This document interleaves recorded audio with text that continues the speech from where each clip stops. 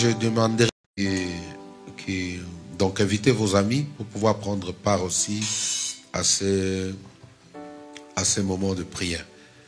Amen. J'aimerais que... Oh, et nous t'aimons,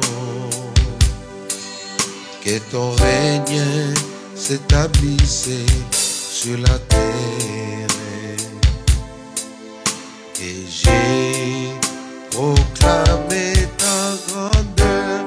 Nous te bénissons, Dieu tout-puissant. Tu es vivant et tu règnes. Nous te bénissons, Dieu tout-puissant. Ton règne est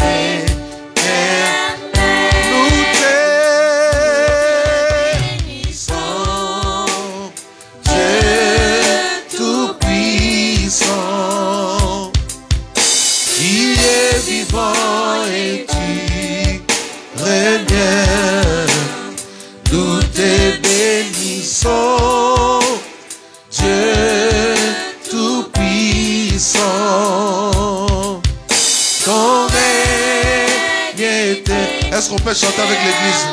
Nous acclamons en même temps le Seigneur.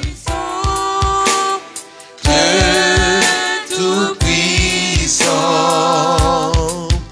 qui est vivant et qui règne.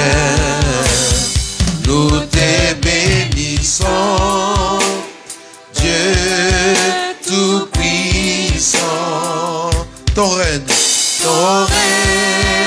est éternel. Nous te bénissons, Seigneur, Dieu tout-puissant. Tu es vivant et tu reviens.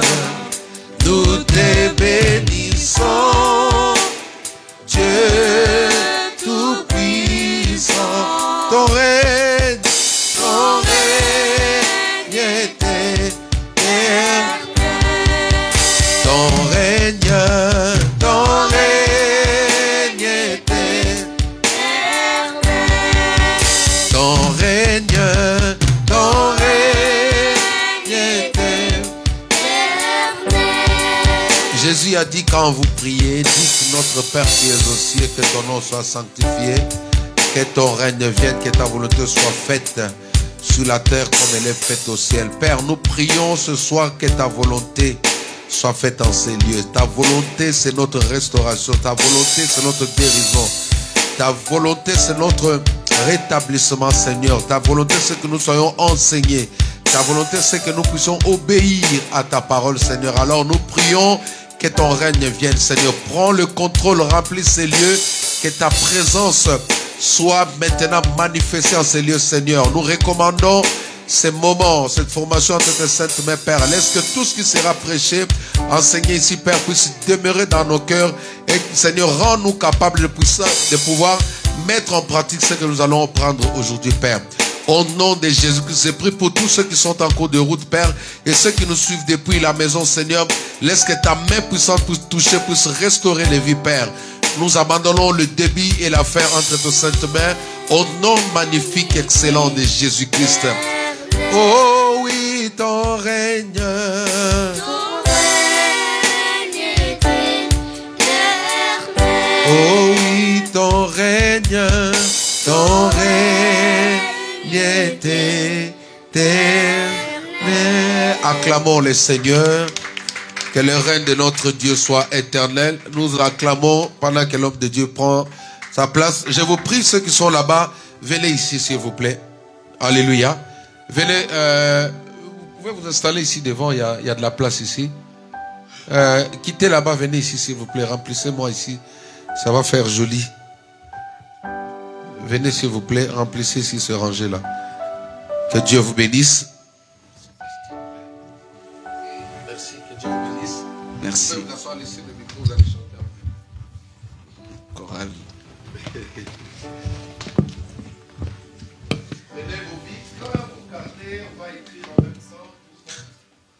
Vous êtes là? Ouais. Au stylo. C'est stylo. Hein? Voilà. Je vais commencer par culture générale. La Bible est divisée en combien de parties? Deux. Quoi? L'Ancien Testament et le Nouveau Testament. L'Ancien Testament et... Pourquoi on appelle ça testament? Pourquoi appelle-t-on testament?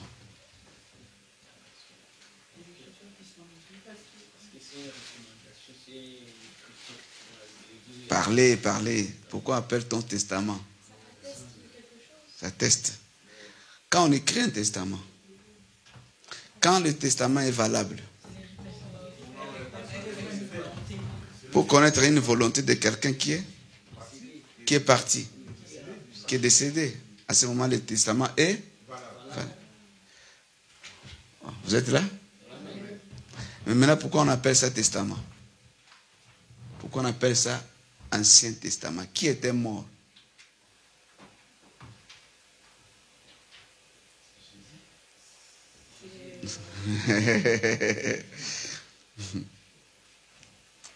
Ah. Oh. Vous ne répondez pas, je pose la question simple.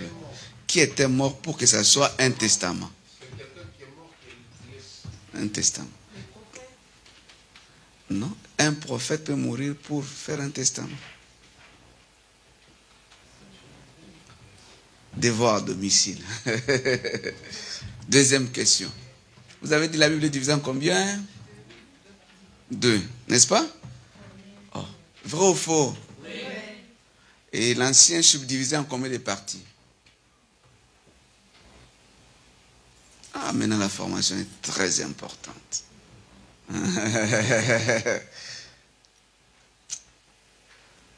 Celui qui filme va trop souffrir parce que je vais bouger plus. L'Ancien est subdivisé en combien de parties?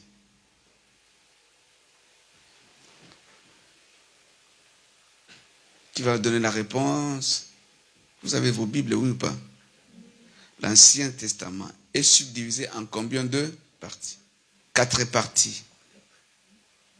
Est subdivisé en 4. Il y a quoi? Le Pentateuque, 5 livres de Moïse. Pentateuque, 5. Après le Pentateuque, nous avons les livres historiques. Quand vous voulez connaître comment Dieu a marché avec un peuple, c'est les livres historiques. 3. Les livrets poétiques. Là, Dieu parle en forme de chants, de poèmes. 4. Les livrets prophétiques. C'est compris? Je reprends. Le Pentateuque, historique, poétique et prophétique. C'est compris? Et le Nouveau Testament est subdivisé en combien? 3. Est-ce que c'est important de filmer, pasteur? Oui. Moi, je croyais que c'est pour la salle seulement. Des fois, on va faire ça un image pour que les gens aient la soif de venir apprendre. Le Nouveau est subdivisé en combien? Aidez-moi. 1? 4. Oui. 1. Les évangiles, Jésus en chair. 2. Les actes des apôtres. Donc, qui continuent jusqu'à présent, parce que c'est le Saint-Esprit qui continue. Les actes de Dieu par les apôtres, par le Saint-Esprit, parce qu'il n'y a pas encore Amen. Il n'y a pas encore 1000 fins. 3. Les épîtres. 4. L'Apocalypse. Ah, bravo. C'est ça? Je peux continuer? Voilà. La Bible a combien de livres?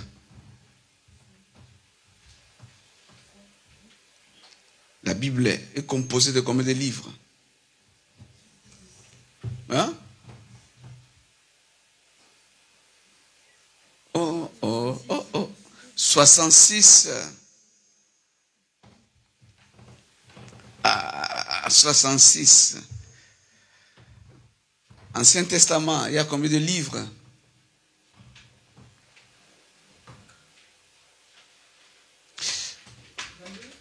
Non.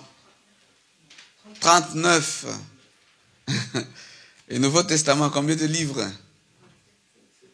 27. Ok.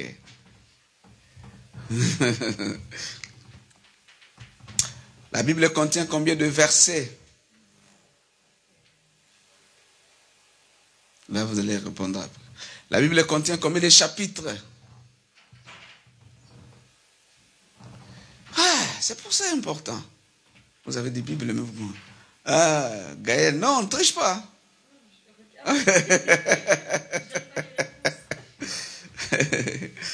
Ça, c'est très important. La Bible a été écrite par combien d'auteurs? Ça, c'est bon. La Bible a pris combien d'années pour que ça soit écrite? Ah! Là, vous ne dites pas Amen, hein? Pourquoi le mot Bible ne se trouve pas dans la Bible? Tu as déjà lu quelque part, on dit la Bible dit. Mais pourquoi ce mot Bible ne se trouve pas dans la Bible?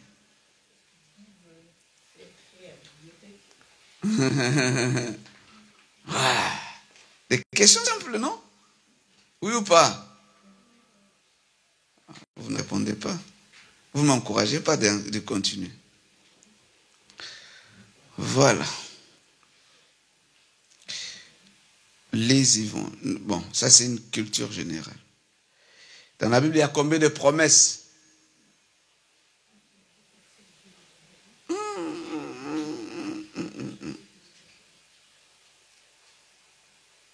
C'est très important de connaître la Bible. Si vous ne connaissez pas très bien cela, ça ne va pas vous aider de mieux lire la Bible. Amen. Vous êtes venus en retard, on allait voir 3 cours aujourd'hui. Mais je ne sais pas quoi je vais faire. On allait apprendre l'alliance de service, comment méditer la Bible et l'engagement. Vous êtes venus en retard, je ne peux rien faire. Amen. Voilà, on commence par un cours sur l'alliance de service. Le devoir, si Démon sera là, vous allez me répondre pourquoi on appelle ça Ancien Testament. Qui était mort pour que ça soit un testament? Parce qu'il n'y a pas de testament si personne n'était mort. N'est-ce pas ça?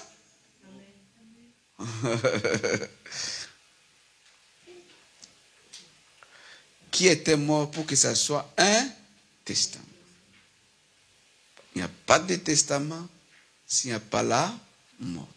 Alors, qui était mort alors? Là, tout le monde me regarde, pas droit, toujours un peu à côté. On peut continuer? Il y a des questions? Je ne sais pas, il y a un culte comme d'habitude. Est-ce qu'il y a des questions? Il n'y a pas de questions? Je peux avancer? Hein? Ben, c'est un devoir. Un devoir. C'est un devoir. Qui était mort pour que ce soit un testament. Hein? Ben. Vous dites? La lumière pour écrire. Hein? Ok. Dis au pasteur aujourd'hui, c'est une formation, ce n'est pas un culte habituel. Ce n'est pas un culte de délivrance aujourd'hui. C'est délivrance par la connaissance. Bon, on va lire un texte. Le psaume 127, versets 3 à 5. L'alliance de service. 3 cours, nous allons courir. Je ne sais pas si j'ai donné à Béni. Psaume 127, 3 à 5. On peut lire? Vous êtes là?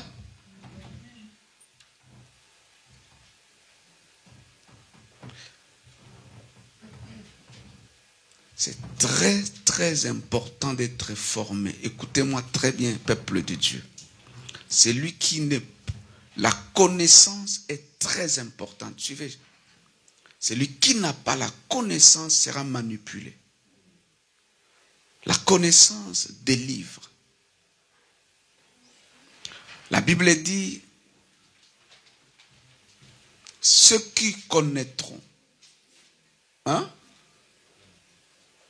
Vous me suivez bien? Vous ne pouvez pas marcher, vous ne pouvez pas servir Dieu si vous n'avez pas la connaissance. La plupart, ils sont manipulés parce qu'ils sont ignorants des choses. La marche avec Dieu, il faut connaître celui que vous voulez servir ou celui que vous servez. Vous devez connaître celui qu'on appelle Dieu. La connaissance en hébreu signifie lumière. Le ténèbre en hébreu signifie ignorance. Celui qui est dans l'ignorance, il est dans le ténèbre. Celui qui a la connaissance, il marchera dans la lumière. Laisse-moi dire à quelqu'un, l'ennemi numéro 1 de ta vie, c'est ton ignorance. Le degré de ton ignorance, c'est le degré de l'audience que tu donnes à ton ennemi pour t'exploiter. J'insiste. Le degré de ton ignorance, c'est la grande porte que tu ouvres à ton ennemi pour t'exploiter. Ceux qui ont la connaissance, ils ferment la porte à l'ennemi. Mais plus tu es ignorant, tu vas ouvrir la porte à l'ennemi.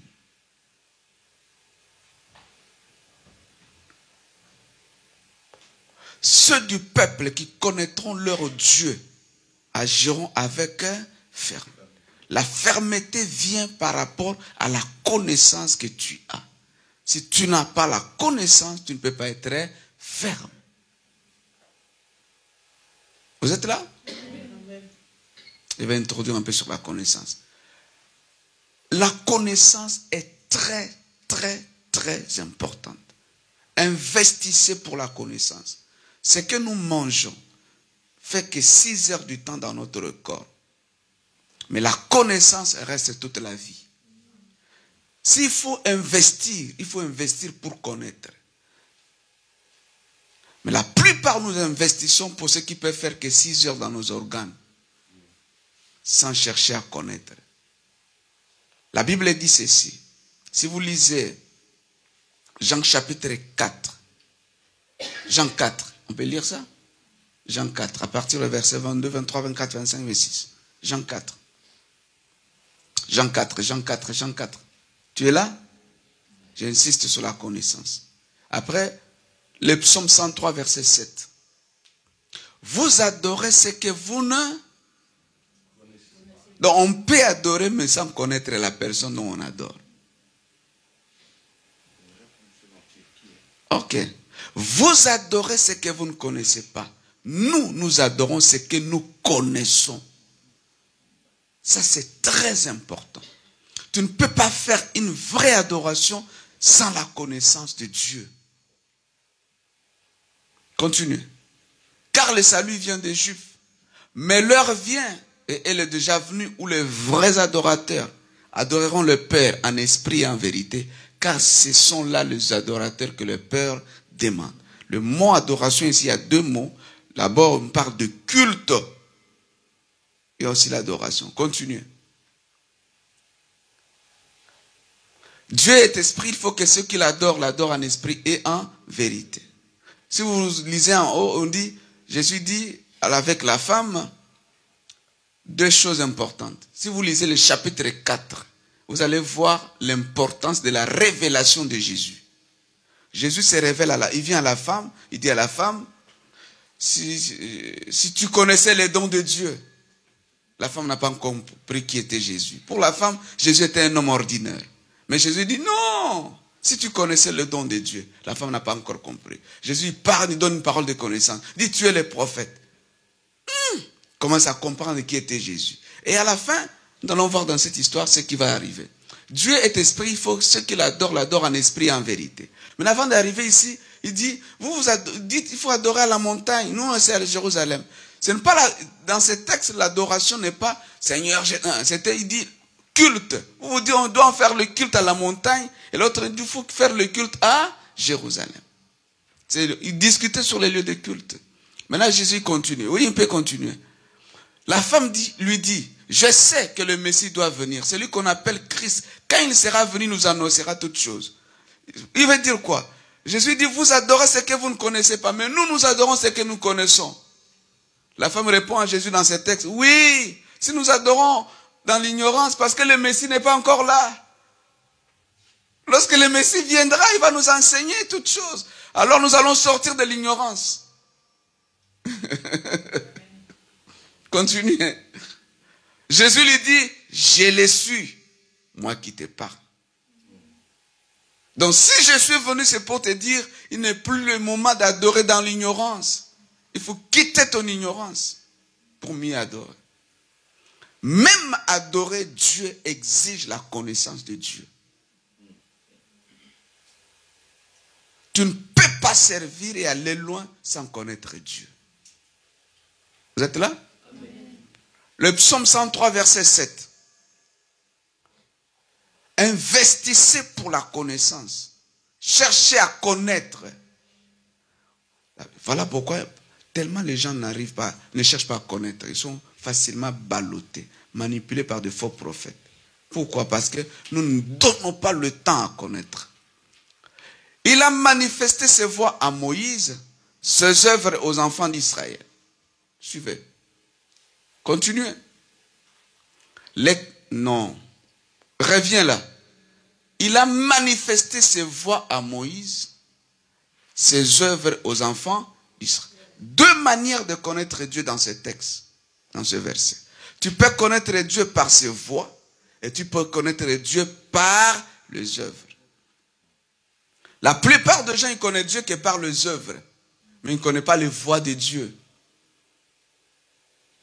Connaître Dieu par les œuvres, c'est connaître Dieu par des miracles. Connaître Dieu par des signes. Connaître Dieu par ce qu'il a fait. Oh, Seigneur est grand. Pourquoi? Dieu m'a délivré. Dieu m'a donné un enfant. Tu connais Dieu que par les œuvres. Tous ceux qui connaissent Dieu par les œuvres, pasteur, ils ne peuvent pas aller loin avec Dieu. Les enfants d'Israël ont vu de miracles dans le désert. Oui ou pas? La manne. Oh, quand la manne est tombée, oh, Dieu est grand pour manger. Mais après, c'est eux qui étaient encore rebelles à Dieu. Connaître Dieu par ses œuvres n'est pas une garantie. C'est niveau 1 de la connaissance. Même les païens, quand ils se réveillent, ah, Dieu est grand. Pourquoi? Les œuvres. Il ne faut pas se limiter au niveau de connaître Dieu par ses œuvres. Deuxième dimension, connaître Dieu par ses voies. Les voies de Dieu, ce sont des principes établis par Dieu. Celui qui connaît les voies de Dieu n'est pas derrière le miracle, mais c'est le miracle qui sera derrière lui. Pourquoi? Parce que lorsqu'il va appliquer les voies de Dieu, les choses vont changer. Vous êtes là? Amen. On peut encore lire encore un verset pour la connaissance. Exode 33, à partir du verset 15, 14. Cherche à connaître pas seulement les œuvres, mais cherchons aussi à connaître les voies de Dieu. Nos prières sont limitées dans la façon dont nous connaissons Dieu. Si tu connais Dieu que par les œuvres, Seigneur, Seigneur. Parce que vous êtes limité qu'aux œuvres. L'Éternel répondit, je marcherai moi-même avec toi. Et je te donnerai du repos. Continue. Avance. Moïse lui dit, si tu ne marches pas toi-même avec nous, ne nous fais point partir d'ici. Là, c'est important. Dieu dit aux enfants d'Israël, vous êtes rebelles, je ne marcherai plus avec vous. Je vais vous donner un ange qui va vous conduire jusqu'à Canaan. Si on te disait d'un ange, tu allais dire quoi? Tu pourras accepter. Mais Moïse dit, avec un ange, on ne partira pas d'ici. On reste ici. Si toi, tu ne marches pas avec nous, pas de départ. Moïse dit, si tu ne marches pas toi-même avec nous, ne nous fais point partir d'ici. S'il faut mourir ici, on meurt. Parce que toi, tu ne marcheras pas avec nous. Continuez. Comment serait-il donc certain que j'ai trouvé grâce à tes yeux, moi et ton peuple? Ne cessera pas quand tu marcheras avec nous. Et quand nous serons distingués, moi et ton peuple, de tous les peuples qui sont sur la face de la terre. Ça, c'est important. La présence de Dieu, quand Dieu marche avec toi, c'est la distinction. Tout le monde peut prier, mais la seule chose qui nous distingue des autres, c'est quand Dieu marche avec nous. Est-ce que Dieu marche avec toi? Continuez. L'Éternel dit à Moïse, je ferai ce que tu me demandes. Je crois que c'est en haut, on a passé ça. Mais je vais terminer. On va revenir au verset 12. Car tu as trouvé grâce à mes yeux et je te connais par ton nom. Écoute, l'Éternel dit à Moïse, je ferai ce que tu me demandes. Car tu as trouvé grâce à mes yeux. Je te donnerai et je te connais par ton nom. Continue. Ça c'est trop bon. Moïse dit, l'Éternel, voici tu me dis, fais monter ce peuple et tu ne me fais pas connaître qui tu enverras avec moi. Cependant, tu as dit, je te connais par ton nom et tu as trouvé grâce à mes yeux. Continuez. J'aime. Maintenant, si j'ai trouvé grâce à tes yeux, fais-moi connaître tes voies. Ça, c'est important. Ne me dis pas seulement les œuvres que j'ai vues. Mère, c'est divin. Non, j'ai besoin de connaître tes voies. Là où tu peux passer. Moïse ne veut pas seulement connaître Dieu par les œuvres, mais il a besoin de connaître les voies de Dieu. Il ne faut pas se limiter à connaître Dieu par les œuvres, par le miracle, par les actes qu'il a posés. Mais il faut aller plus loin à connaître les voies de Dieu, les principes de Dieu. On peut continuer. Alors, pour Moïse, qui peut dire que Moïse n'a pas connu Dieu? Ici, ils sont déjà au désert. Dieu a rencontré Moïse. Il est en train de marcher avec Moïse. Mais Moïse dit quoi? Il revient un peu. Il dit, je dirais que je te connaîtrais si tu me montrais tes voies. Tant que je ne connais pas tes voies, je ne te connais pas. Vous êtes là? Tant que tu ne me montres pas les voies, pour moi, je ne te connais pas encore. Malgré tous les exploits que tu as faits. L'Éternel répond, je marcherai moi-même avec toi et je te donnerai du repos. Continue. Je vais parler quelque chose d'important encore là. Donc, il faut chercher à connaître les voies de Dieu. Troisième dimension de connaître Dieu, c'est connaître la personne de Dieu. Tu peux connaître Dieu par les œuvres, tu peux connaître ses voies et connaître l'être de Dieu. Ne te limite pas à connaître les voies, mais il faut connaître la personne. Moïse lui dit, si tu ne marches pas toi-même avec nous, ne nous fais pas. Continue. On a déjà. Comment seras-tu donc certain que j'ai trouvé grâce à tes yeux? Ok. Ne sera-ce pas quand tu marcheras toi-même avec nous? Continue. Ça c'est beau. Je vais vous parler pourquoi. Il y a les gens qui prient, Seigneur, fais-moi voir ta gloire. Hein? C'est quoi la gloire? C'est quoi la gloire? Fais-moi voir ta gloire. C'est quoi? Béni, c'est quoi? Tu n'as jamais dit ça? C'est quoi alors? Qu'est-ce que c'est? La gloire, c'est quoi? Ouais. Seigneur, fais-moi voir ta gloire. Seigneur, fais-moi voir ta... C'est quoi? C'est son amour. Bon, on va voir ici ce que Moïse veut dire.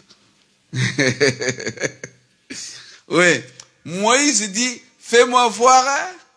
Mais avant ici, il y a un verset. 16, 17. C'est important.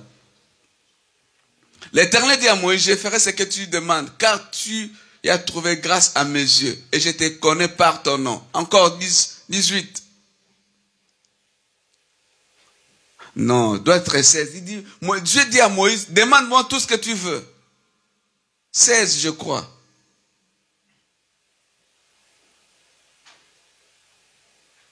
C'est ça? Il est où? Bon, c'est une conversation Moïse avec Dieu. Suivez-moi. Moïse dit, Dieu commence à parler avec Moïse. Il parle avec Moïse, il parle avec Moïse. Maintenant, Dieu dit à Moïse, tu as trouvé grâce à mes yeux. Moïse dit, si j'ai vraiment trouvé grâce à tes yeux, demande-moi tout ce que tu veux. Maintenant, Moïse comprend, fais-moi voir ta gloire. Quel rapport y a-t-il entre demande-moi ce que tu veux et fais-moi voir ta gloire? L'Éternel dit à Moïse, je ferai ce que tu me demandes, car tu as trouvé grâce à mes yeux et je te connais par ton nom. Maintenant, Moïse dit, fais-moi voir ta gloire. Quel rapport y a-t-il entre ces mots et fais-moi voir ta gloire? Pour Moïse, il y a une personne qui m'a appelé, son nom c'est Dieu. On se parle avec lui, ça fait des années et des mois, mais je n'ai jamais vu la personne en question. Maintenant, il me dit, si j'ai trouvé grâce à ses yeux, une seule chose, je vais demander à Dieu, j'ai besoin de te voir. Maintenant, Moïse cache ces mots-là par gloire. Donc, ce que Moïse avait besoin ici, c'est voir la face de Dieu. Voir Dieu en personne. Continue. Maintenant, Dieu va répondre à Moïse, personne ne peut me voir. Si tu me vois, il voit ma face, il va mourir. Continue, c'est ça? L'Éternel dit, tu ne pourras pas voir ma face, car l'homme ne peut me voir et vivre. Quel rapport y a-t-il entre voir et fais-moi voir ta gloire? Moïse dit, fais-moi voir, hein? Et Dieu lui répond quoi?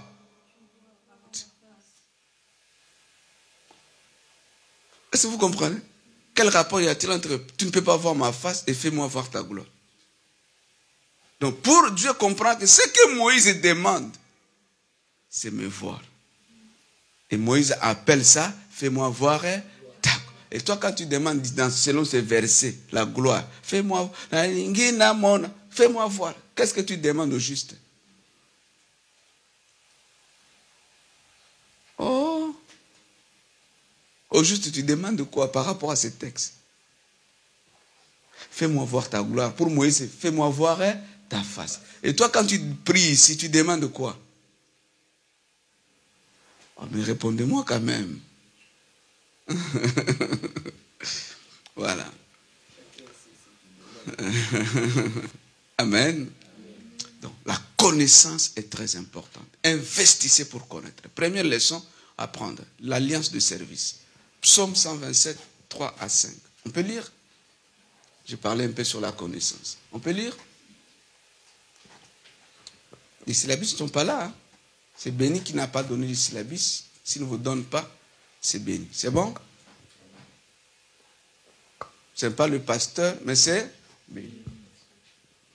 Parce qu'on l'a donné depuis hier, il n'a pas fait. Voici, des fils sont un héritage de l'Éternel. Le fruit des entrailles est une récompense. Les fils sont un héritage de l'Éternel. Le fruit des entrailles est une récompense. Continue. Comme les flèches dans la main d'un guerrier, ainsi sont les fils de la jeunesse. Merci. On se limite là. On compare le fils aux flèches. N'est-ce pas? On appelle les fils de flèches. Nous avons combien de types de fils? Nous avons des fils spirituels. Nous avons des fils biologiques. Mais tels que nous sommes ici à l'église, nous sommes des fils spirituels. Donc il y a un guerrier que Dieu a établi dans cette église. Et tout celui qui est fils, il doit savoir qu'il est une flèche. Dis à quelqu'un, tu es une flèche. Encore, tu es une flèche. Mais une flèche est importante si la flèche atteint sa cible. Si la flèche n'atteint pas la cible, la flèche ne sert à rien. Je peux continuer?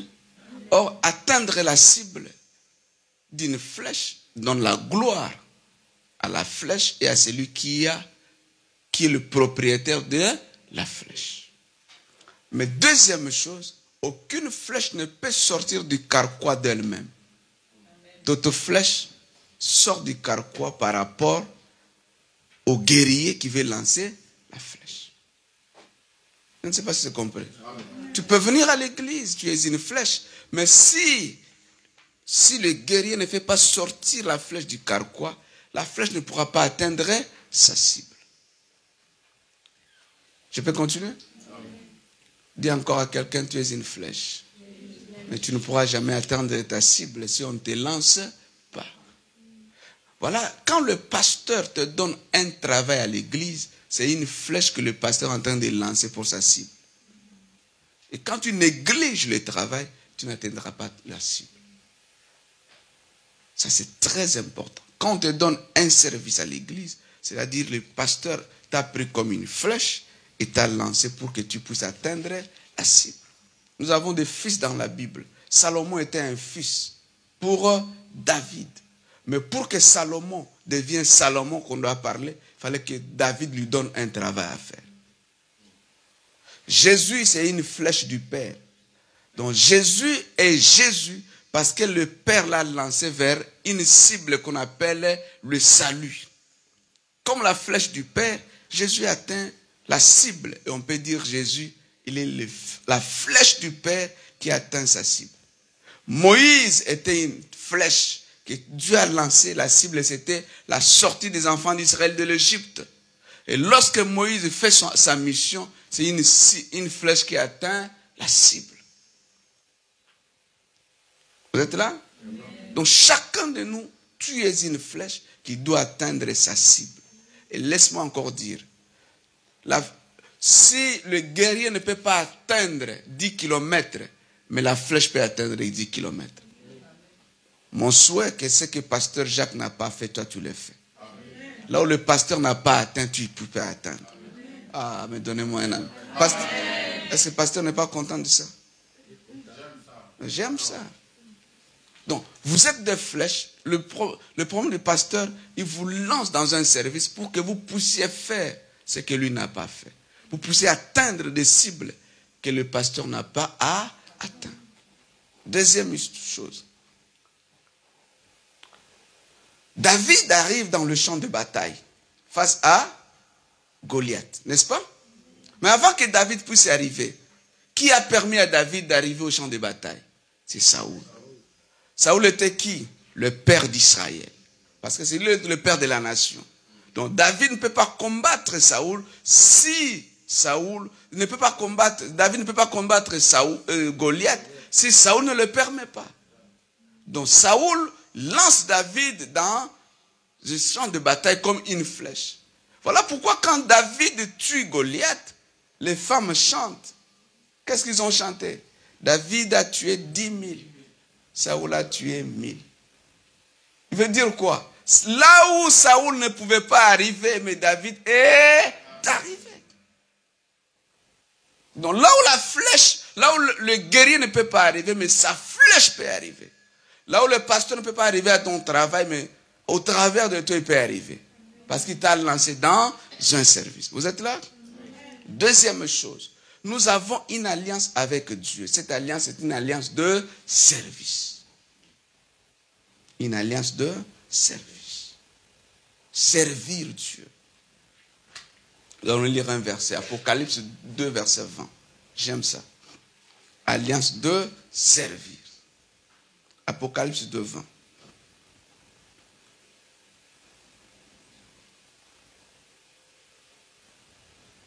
Qui a trouvé? Apocalypse 2, 20. Un verset très beau.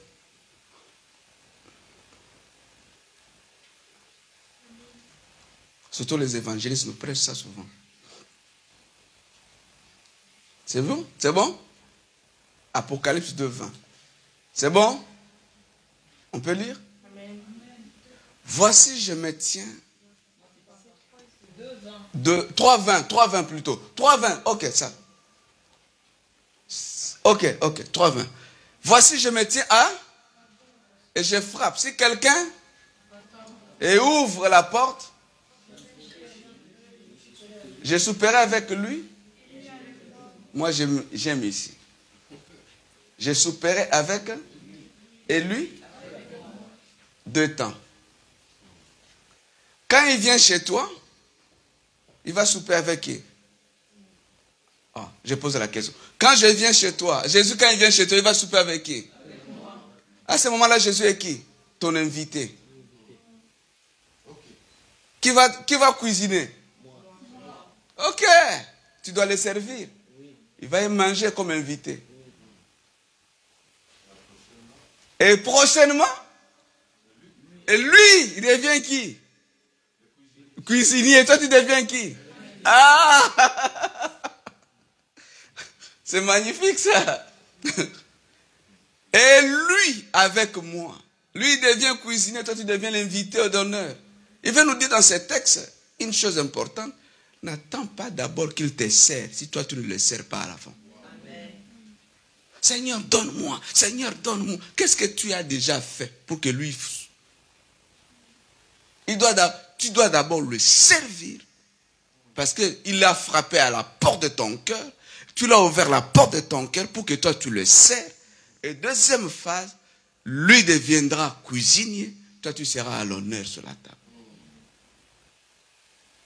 Mais nous, on veut seulement être à la table, que le Seigneur nous sert, sans que auparavant, nous les servons. C'est ça le chèque de chrétien. Ils veulent la bénédiction, mais d'abord, avant de recevoir, ils veulent que toi, tu le sers, souper chez toi, et deuxièmement, tu vas souper avec lui. Deuxième chose, tout ce que nous faisons, servir Dieu n'est pas vain. Il y aura toujours un salaire, il y a toujours une récompense. 1 Corinthiens 15, verset 58. 1 Corinthiens 15, 58. Laisse-moi dire encore à quelqu'un. Si Dieu reste grand dans tous les âges, parce que Dieu est le serviteur de tout le monde dans tous les âges. Personne ne sert Dieu. Dieu se sert de lui-même. Tel que tu es là, tu ne sers même pas Dieu. Dieu se sert de lui-même. Avant de le servir, il doit venir en toi. Et par toi, lui en toi, il commence à... Tu deviens son serviteur parce qu'il est d'abord venu habiter en toi. Mais avant qu'il ne vienne pas habiter en toi, à des fois, tu ne vas pas le servir. Donc Dieu se sert de lui-même au travers de toi. Toi, dispose-toi. Ainsi, mes frères bien-aimés, soyez fermes. Ça, c'est une attitude qu'il faut en avoir. Inébranlable. Travaillant de mieux à mieux à l'œuvre du Seigneur. Sachant que votre travail ne sera... Ok. Ton travail ne sera pas vain dans le Seigneur. La récompense est sûre et certaine. J'ai besoin des gens qui peuvent s'engager à servir Dieu. Parce que Dieu n'est pas un homme. Reste ferme dans le travail du Seigneur. Sois fort. Ne bouge pas. Sois fixe, posé, enraciné. Sachant que votre travail ne sera pas vain. Il n'y aura rien de nul. Rien. Il n'y a pas de gaspillage quand tu sers Dieu. Tôt ou tard, la récompense viendra. Oh, je disais que tôt ou tard, il va te récompenser. Amen. Que Dieu te bénisse. Amen. Comment servir Dieu? Comment servir Dieu? Je vais donner quelques attitudes. Comment servir Dieu? Sers Dieu avec joie. Première attitude. Psaume 100, verset 2. Sers Dieu avec joie. Psaume 100, verset 2. Comment servir? Vous devez servir Dieu avec joie. Même si à la maison ça ne marche pas, quand tu es au service, sers avec joie. Même si à la maison avec ton mari, quand tu viens à l'œuvre, fais avec joie. Même si ça ne marche pas, quand tu es à l'œuvre, fais avec joie. Servez l'Éternel avec joie. Venez avec allégresse en sa présence. Est-ce que Dieu, quand il dit ça, il ne connaît pas que vous avez des problèmes? Hein? Il connaît que vous avez des problèmes. Mais pour le servir, il donne une condition. Servez-le avec joie. Peu importe ce que tu es en train de traverser, à l'œuvre du Seigneur, fais-le avec joie. Fais-le avec tout ton cœur. Première condition. Deuxième condition. Si vous lisez Deutéronome 28, on va vous donner le syllabus. Il dit, pour n'avoir pas servi avec joie, vous allez servir avec contrainte au milieu de vos ennemis. Ça, c'est une condition. Attention. Deuxième condition. Servez Dieu avec un cœur dévoué. De tout ton cœur. 1 Chronique 28, verset 9. 1 Chronique 28, 9. Sers Dieu avec un cœur dévoué. Pas un cœur à moitié. Pas un cœur à moitié, mais de tout ton cœur. Sois dévoué dans l'œuvre du Seigneur. Et toi, Salomon, mon fils, ça c'est beau, hein? Connais le Dieu de ton père. Fais tous tes efforts de connaître le Dieu de Jacques.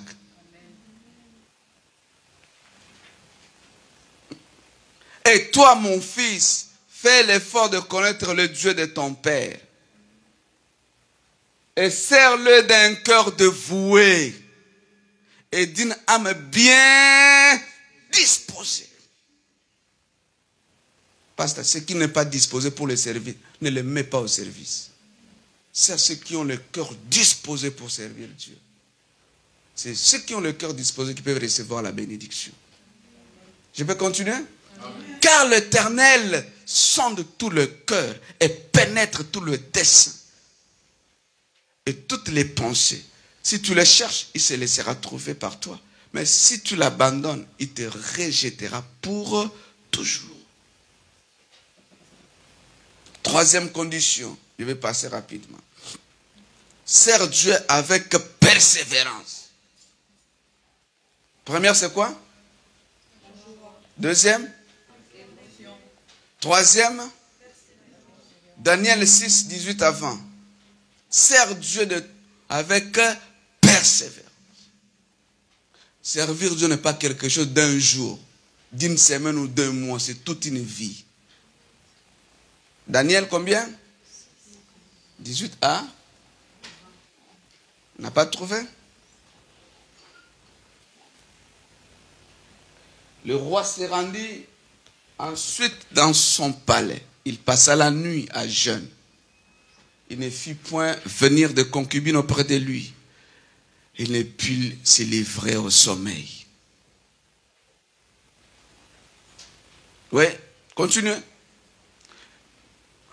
Le roi se leva au point du jour avec l'aurore. Et il alla précipitamment à la fosse aux lions. Verset 20. Et s'approcha de la fosse. Il appela Daniel d'une voix triste.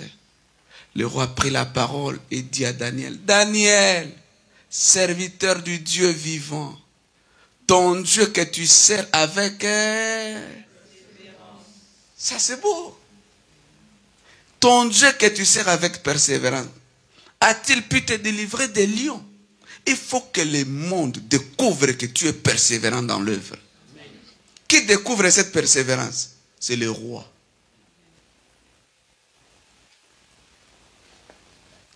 Et la grande chose qui peut me pousser à dire, ce qui a délivré Daniel au lion, c'est sa persévérance dans le service. Persévère. Quel que soit le temps et le moment, continue. 40e point. Après persévérance, 40e point. 4e point. Sers Dieu dans la crainte, dans la sainteté. On ne sert pas Dieu avec le péché. Tu veux servir la politique dans le mensonge, mais pas Dieu. Tu peux servir au palais d'Élysée, dans le cafouillat, dans le magouille, mais Dieu, il faut le craindre. Sers Dieu avec crainte. Vous êtes là? Amen. Dernier point. Sers Dieu dans sa classe, dans ta classe. Il faut servir Dieu dans sa classe. Et vous découvrez ça dans la Bible, il y a des classes. Hein? La Bible a des classes. Je donne 2 versets. 1 Chronique 24, 1 à 3. Esdras 6, 18. 1 Chronique 24, 1 à 3. Esdras 6, 18. Luc 5, verset 5. Luc 1, verset 5. Luc 1, verset 5. On peut lire Luc 1, 5. Esdras 6, 18. 1 Chronique 24, 1 à 3. Sers Dieu dans ta classe. Je vais dire ça, c'est très important. On ne sert pas Dieu en désordre. Il faut que chacun découvre son don et sa classe. Si tu n'es pas musicien, adorateur, musicien là-bas, ne pars pas là-bas. Si tu es appelé à l'intercession, reste à l'intercession. Dieu ne va pas te visiter parce que tu fais tout à la fois. Dieu te visitera quand tu es dans ta classe. Aïe, vous ne m'encouragez pas. Tu es partout. Si tu as l'intelligence de travailler dans un point, reste dans le coin que le Seigneur t'a appelé. Mets le don, le talent. Si tu es appelé à ça, fais-la mieux. Exerce. C'est là que Dieu te visitera. On peut lire ça? Voici les classes des fils d'Aaron. Mot classe, c'est dans la Bible. Voici les classes des fils d'Aaron. Les fils d'Aaron étaient des sacrificateurs, oui ou non? Oui.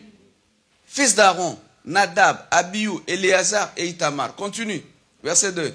Nadab et Abihu ont mouru avant leur père, sans avoir de fils. Et Éléazar et Itamar remplirent les fonctions du sacerdoce. Continue.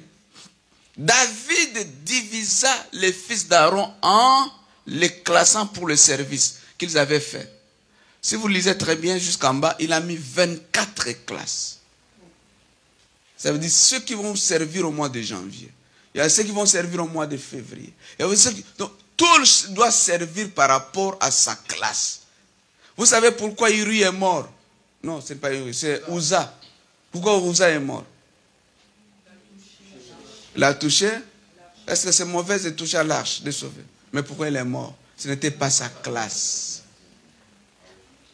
Il était de la classe des gens qui ne pouvaient pas toucher l'arche. Parce que les fils d'Aaron, il y avait 3. Ceux qui étaient destinés à l'arche, ceux qui étaient destinés aux ustensiles et ceux qui pouvaient construire les tabernes. Donc si tu n'es pas de la classe de l'arche, ne touche pas. Tu peux détruire ton don qui est en toi parce que tu ne sers pas Dieu dans ta classe. Ton don ne sera pas manifeste parce que tu n'es pas dans ta classe. Voilà pourquoi les gens ils demeurent le même endroit sans émergence. Pourquoi? Il est par-ci, par-là, il n'a pas encore découvert sa classe, il ne sert pas dans sa classe. Plus tu ne sers pas dans ta classe, plus tu es en train de tuer les dons et les grâces qui sont en toi. C'est bon? Amen. Luc 1,5. Luc 1,5. Du temps d'Hérode, roi de Judée, il y avait un sacrificateur nommé Zacharie, de la classe. Leur chef de classe était qui? Le chef de classe était qui? Abia, le chef de classe. De la classe d'Abia. Donc quand on vient, je donne par exemple ici, qui est le chef de protocole? Chef de protocole. Tous les protocoleurs, ils ont un chef de protocole, n'est-ce pas? Ou musique, ou médias. Il y a toujours un chef de classe, n'est-ce pas? Maintenant, nous connaissons Zacharie au travers du chef de classe qui était Abia. Et c'est ce jour-là que Dieu l'a visité. Dieu l'a visité au jour de sa classe. Lorsque sa classe servait, c'est Dieu est venu le visiter et il a eu son fils. Dieu te visitera là où tu sers dans ta classe. La visitation de Dieu est par rapport à ta classe.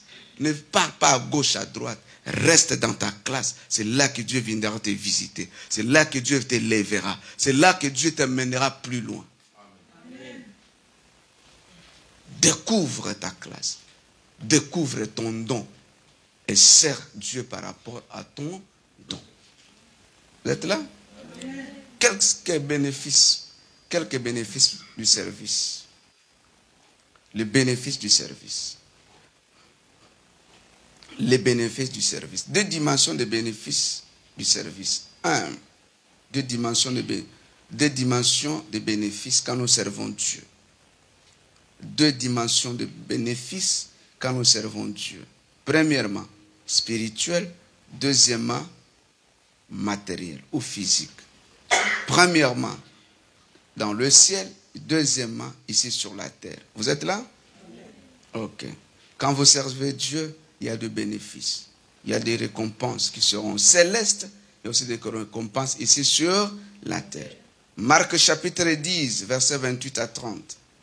Marc 10, 28 à 30. Exode 23, 25 à 26. Marc 10, 28 à 30. Exode 23, 25 à 26. Pierre s'est mis à lui dire, voici, nous avons tout quitté et nous t'avons suivi. Je pose la question, qui a déjà quitté ici pour Dieu? On ne peut pas servir sans quitter. Il faut avoir quitté quelque chose. Quitter le monde. Quitter le péché pour le servir. Abraham doit quitter pour suivre. Pierre dit bien, nous avons tout quitté pour te servir, pour te suivre. Jésus répondit, je vous le dis en vérité, il n'est personne qui ayant quitté à cause de moi et à cause de la bonne nouvelle. Quoi? Sa maison. Vous aimez, tu aimes beaucoup. À des fois, tu peux quitter la maison. Pasteur dit, du matin au soir, on sera ici. Tu es quitte pour servir. Tu aimes trop ta maison, tu aimes beaucoup ta télé. C'est difficile de venir passer la nuit à l'église. TikTok. Quitte les TikTok. Ayant quitté à cause de moi et à cause de la bonne nouvelle sa maison, ses frères, ses sœurs, ou sa mère, ou son père, ou ses enfants, ou ses terres, pour Dieu, ne reçoivent au centuple, présentement, dans ce siècle, des maisons. Premièrement, on reçoit au siècle présent. Si tu as réellement quitté dans ce siècle, Dieu va te récompenser. Dieu va te bénir. Dieu va te donner. Des maisons, des frères, des sœurs, des mères, des enfants et des terres, avec des persécutions. Et dans le siècle à venir, la vie est... Vous êtes là? Deux dimensions de récompense. Dans le siècle présent et dans le siècle à venir. Dans le siècle présent, Dieu va te donner ce qui est matériel. Et vous allez remarquer Exode 23, 25 à 26. Servir Dieu active les pouvoirs mystérieux de Dieu dans votre vie. Exode, dans le siècle présent, si vous le servez, Dieu vous récompensera. Attachez-vous à le servir. Donnez votre jeunesse à Dieu. Donnez votre vie à Dieu. Attachez-vous à Dieu. Vous servirez l'Éternel, votre Dieu, et il bénira votre pain et vos eaux. Et j'éloignerai la maladie du milieu. Il y a certaines choses, quand tu sers Dieu, quand tu sens la maladie, tu montres seulement à Dieu cette parole. Pourquoi la maladie dans mon corps, moi qui te sers? Tu es toujours malade, malade, malade. Applique-toi à le servir. Sers Dieu. La maladie te quittera. J'ai parlé à une maman. Plus tu es dans le service, Dieu te protégera. Plus tu es dans le service, Dieu prendra le relève de tes batailles. Il dit, lui-même, ce n'est pas toi qui vas éloigner. Lui-même va éloigner la maladie. Ce n'est pas ton problème à toi, la maladie. Ça devient son problème à lui. Il éloignera la maladie. Il n'y aura pas dans ton pays ni femme qui avorte, ni femme stérile. Je remplirai le nombre de tes jours. Ça c'est beau. Quand tu le sais, tu vas vivre la vieillesse. D'ailleurs, dans la Bible, Abraham est mort à 175 ans. Abraham est mort à 175 ans. Abraham a eu combien d'enfants? Abraham avait combien d'enfants? 8. Oui ou pas? Hein? Tu sais pas? 8. Premier fils, Abraham, c'est Ismaël. Deuxième, c'est qui? Isaac. Après la mort de Sarah, Abraham encore a épousé une femme qu'on appelle Ketura.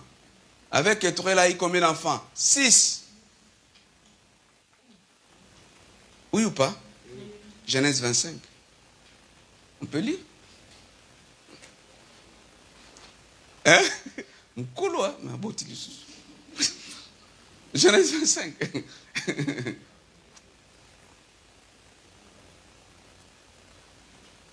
Abraham a dit, oui.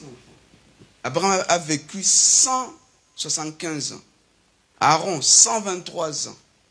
Moïse, 120 ans. Josué, 110 ans. Joseph, 110 ans. Isaac, 180 ans. Quand vous servez Dieu, il va vous donner la longévité. Il va accomplir le nombre de vos jours. Genèse 25. Pour voir Abraham avait combien? 8 enfants.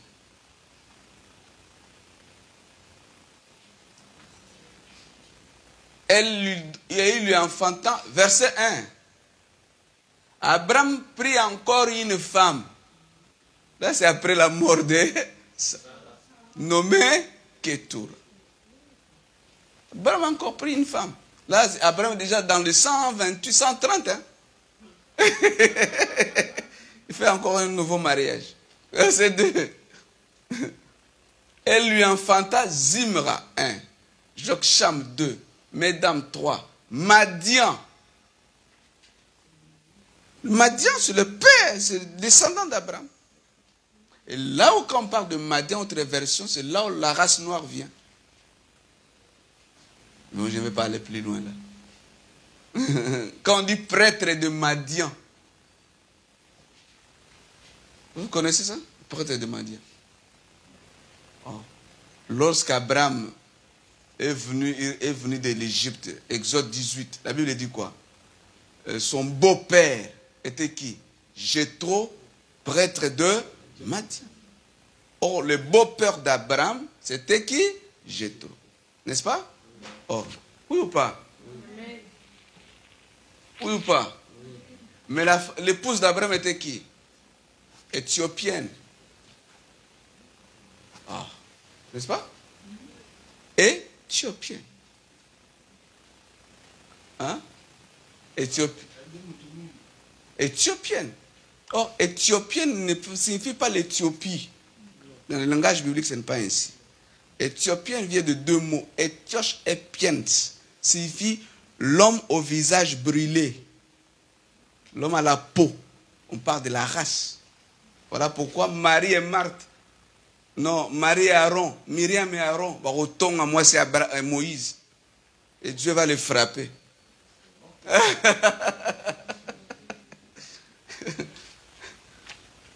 Je fais passer. Je passe. Voilà. Il lui enfanta encore 6 enfants. 1, 2, 3, 4, 5, 6. Plus le 2, ils font combien? 8. J'ai raison ou pas? Ah oui, j'ai raison. Abraham a eu encore 8 enfants. Voilà. Deuxième chose pour terminer. Quand vous servez Dieu, n'oubliez pas, Dieu vous protégera. La protection de Dieu est avec vous. Ésaïe 54, 17. Quand vous servez Dieu, la différence et l'honneur viendra. La Bible dit, il y aura la différence entre ceux qui le servent et ceux qui ne le servent pas. Yes. Dieu va créer la différence dans votre vie parce que vous le servez. Est-ce qu'on peut lire ça? Je vais vous donner l'histoire de ça. Malachie combien? 3, 13 à 18. Dieu va vous donner la différence et l'honneur. Malachie 3, ça c'est pour la protection. Toute arme forgée contre toi sera sans effet. Et toute langue qui s'élèvera en justice contre toi, tu la condamneras. Tel est l'héritage des serviteurs de l'Éternel. Ce n'est pas donné à tout le monde. C'est pour ceux qui servent Dieu. Tel est le salut qui leur viendra de moi, dit l'Éternel. Que Dieu vous accorde ça au nom de Jésus. Amen. Pour terminer pour ce passage, Malachie 3, 13 à 18. Quand vous le servez, Dieu va vous accorder la différence. La différence. Tu es là, et Malachie 3, on commence au verset 13. Malachie 3, on commence. Vos paroles sont rudes contre moi, dit l'Éternel. Et vous dites, qu'avons-nous dit contre toi? Ça, cette parole, c'était deux sœurs. Hein? Ce n'était pas deux frères, c'était deux sœurs qui parlaient à l'église. Je crois que c'était deux sœurs. Je crois. Vos paroles sont rudes contre moi, dit l'Éternel. Et vous dites, qu'avons-nous dit contre toi? Continue. Vous avez dit, c'est une conversation de Dieu avec son peuple. Dieu dit, Gaël, tes paroles sont dures contre moi. Et Gaël dit, en quoi? Je t'avais dit, j'ai dit contre toi. Dieu répond, vous avez dit, c'est en vain que l'on sert Dieu. Et c'est ce que les gens disent souvent. Ça fait 10 ans que je sers Dieu. Les choses ne changent pas. Les mêmes difficultés. Je n'ai même pas des enfants. Ça fait longtemps. Ça sert à quoi de servir Dieu? Ça fait beaucoup d'années. Il n'y a pas de voiture. Je suis à pied. C'est en vain de servir ces dieux. Qu'avons-nous gagné à observer ces préceptes? Ça fait longtemps que je donne mes dîmes. J'ai obéi à la parole de Dieu. Je crains Dieu. Mais je ne vois rien. Et à marcher avec tristesse à cause de l'Éternel des armées. Ah, maman, ces deux sœurs étaient à l'église. Je crois que c'était Gaël et Béni. Ils sont en train de parler entre elles. Ça sert quoi de servir Dieu? Pasteur toujours vient. Allez, les choses ne marchent pas. Dieu dit, ce que vous dites est dur contre moi. Ces paroles me blessent. Ce que vous dites me blesse. C'est rude. C'est vilain. Ce que vous dites contre moi. Maintenant, nous estimons heureux, c'est les hautains, les méchants, les gens qui n'ont même pas Dieu, les gens qui ne prient pas, ils ont des enfants. Nous, on n'a pas des enfants. Les gens qui ne prient pas, ils ont des belles voitures. Moi, je suis toujours à pied. Oh, c'est pas ça? Les gens disent ça souvent. Hein? Nous estimons les méchants prospères. Ils tentent même Dieu. Ils échappent toujours au malheur. Aucun malheur dans leur maison. Moi, c'est toujours les choses.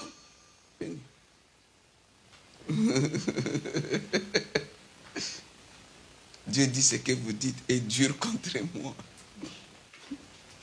Continuez. Alors ceux qui craignent l'Éternel se parlèrent l'un à l'autre. C'était Béni et Gaël.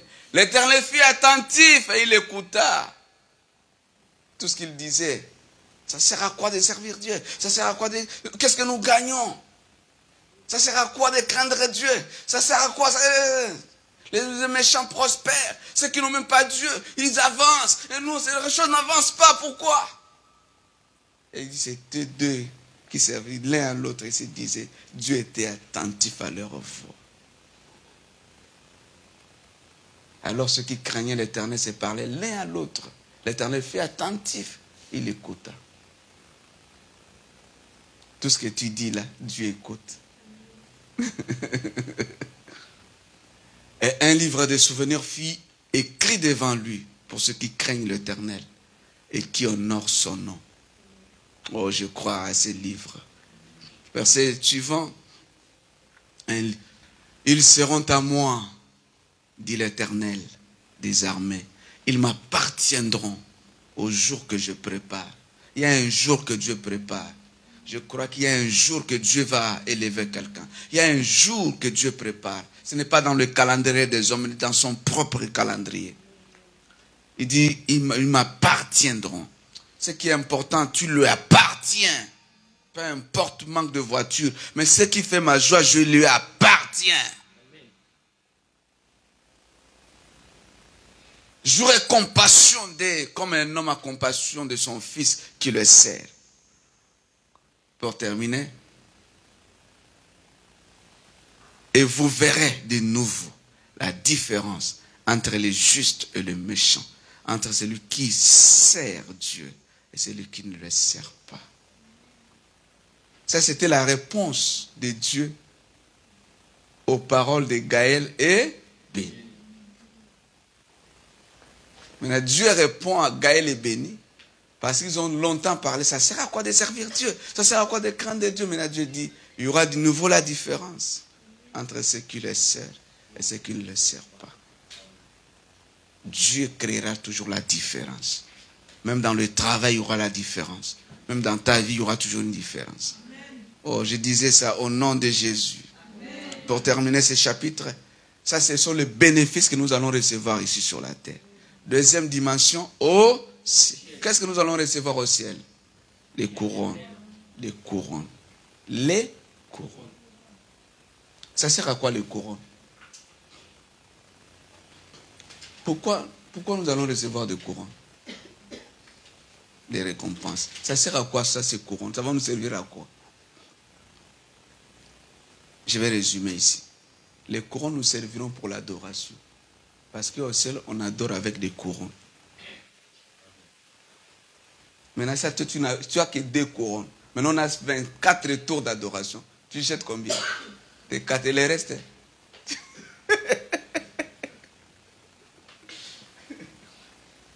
Amen. Au ciel, chacun y aura des couronnes. C'est ça l'importance des couronnes. C'est pour adorer. C'est pour célébrer Dieu. Nous aurons des couronnes, couronnes de justice. Nous aurons des couronnes de vainqueurs, plusieurs couronnes. Vous aurez ça dans le syllabus. Amen. Amen. Servir Dieu, c'est très important. Premièrement, c'est une alliance. Deuxièmement, il faut savoir comment le servir. Troisièmement, le bénéfice du service. Il y a un bénéfice. Le bénéfice est à 2 dimensions. Sur cette terre et au ciel. Est-ce que quelqu'un peut dire, je dois servir Dieu? Nous sommes sauvés pour servir. Sers Dieu avec ton intelligence. Sers Dieu avec ta force. Sers Dieu avec ta beauté. Sers Dieu avec ton argent. Sers Dieu avec toutes les capacités que Dieu a mis en toi. Donne cela au service de Dieu. La récompense est sûre et certaine. Quand vous le servez, ce ne sera pas en vain. Peu importe ton âge, tu peux servir Dieu. Accroche-toi à ces services. Or, quand nous servons l'entreprise, c'est pour cette terre. Mais pour Dieu, ça ne se limite pas ici sur terre. Mais même après ma mort, les récompenses viendront. Car la vie ne se limite pas au cimetière. Après le cimetière, la vie continue. C'est au ciel que tu auras les récompenses aussi éternelles. Amen. Vu le temps, j'allais donner un deuxième cours, mais vous êtes béni et parti avec le syllabus. Ça est là? Donne-moi ça. Amen. Il va vous donner les syllabus après. Hein? C'est bon? Ceux qui sont là, ils sont combien? Tu comptes. Ceux qui ne sont pas là, ne donnent pas les syllabus. C'est moi ceux qui sont présents. Alliance de service. Amen. Ah, ça, je vais laisser ça. On n'a pas assez de temps aujourd'hui. Aujourd'hui, c'est un jour. Ça, c'est à moi. Engage-toi au service. Engage-toi à servir Dieu. Donne-toi au service. Et Dieu ne manquera pas de te bénir. Engage-toi. Lisons un verset, peut-être on va terminer l'autre. Luc 14, 25. On commence au verset 25. Luc 14. C'est lui qui veut servir Dieu. Il doit s'engager. Luc 14. Des grandes foules faisaient route avec Jésus. Il se retourna et leur dit. Oui. Si quelqu'un vient à moi et s'il ne hait pas son père, sa mère, sa maison, ses enfants, ses frères et ses sœurs, et même sa propre vie, il ne peut être mon disciple. Qui est disciple? Suivez ici, c'est très important. Jésus dit quelque chose de très fort. Verset 26. On revient au verset 26. Ça, c'est important. Lisons ensemble. Si quelqu'un vient à moi,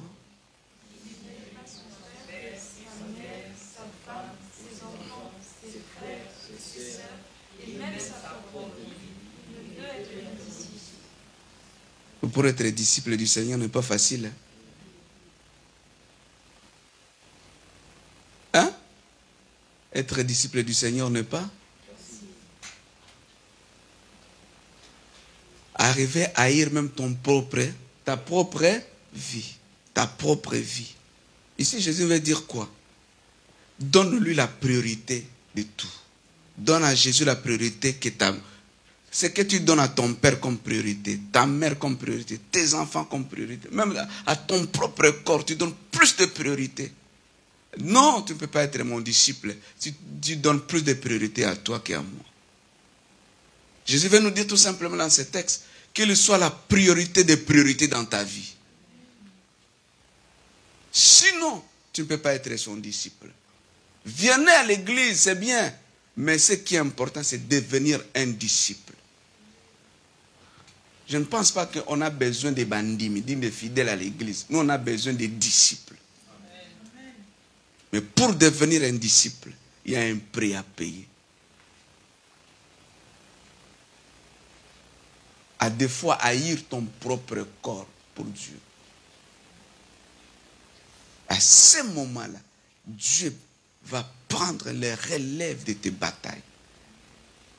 Toi, tu aimes beaucoup ton corps plus que même Dieu. Tu aimes beaucoup ta vie plus que même Dieu.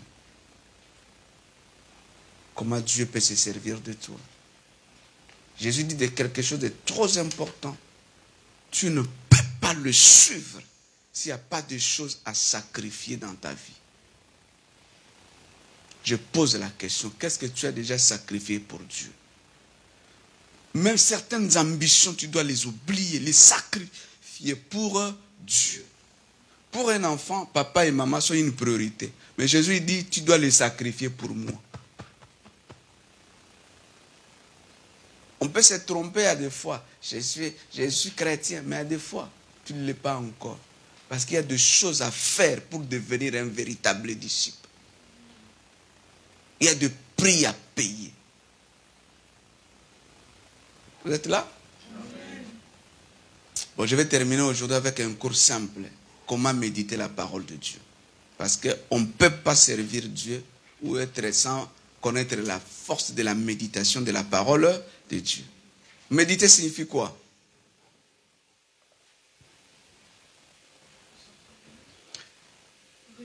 Ruminer. Méditer signifie quoi? Qui médite la parole de Dieu ici? Qui a une Bible ici? Ok. Qui médite? Qui médite? Hein? Vous ne parlez pas? Qui médite? Hein? Quoi? Au passé, comment? Tu méditais?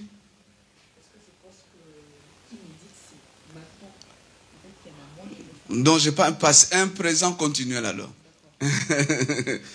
Qui médite continuellement, souvent la parole de Dieu? Ok. Bon, je vais demander, qu'est-ce que vous avez médité cette semaine? Quel livre?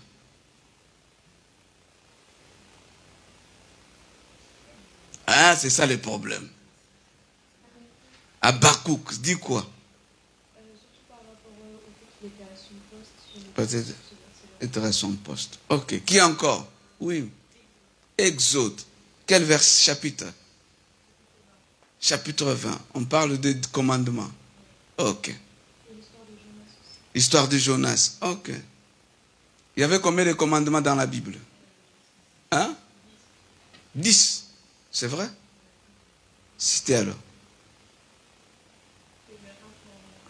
En ordre. Les 10 commandements. Personne n'arrivera. Il n'y avait pas 10 seulement. Dieu a donné à Moïse 613 commandements. À part les 10 commandements, il y avait 613. Qui peut respecter ça tous les 600? Personne. 10, c'est un problème. D'ailleurs, pour le réciter, d'abord un problème. Qui encore médite souvent? Vous ne pouvez pas aller loin si vous ne méditez pas. La Bible dit que c'est le livre de la loi. Ne t'éloigne pas d'eux. Médite-les. Enfin.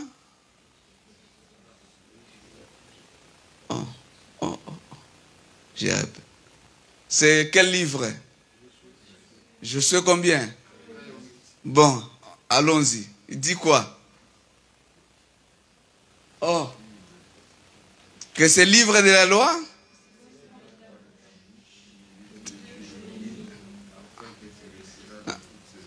Dans toutes les entreprises.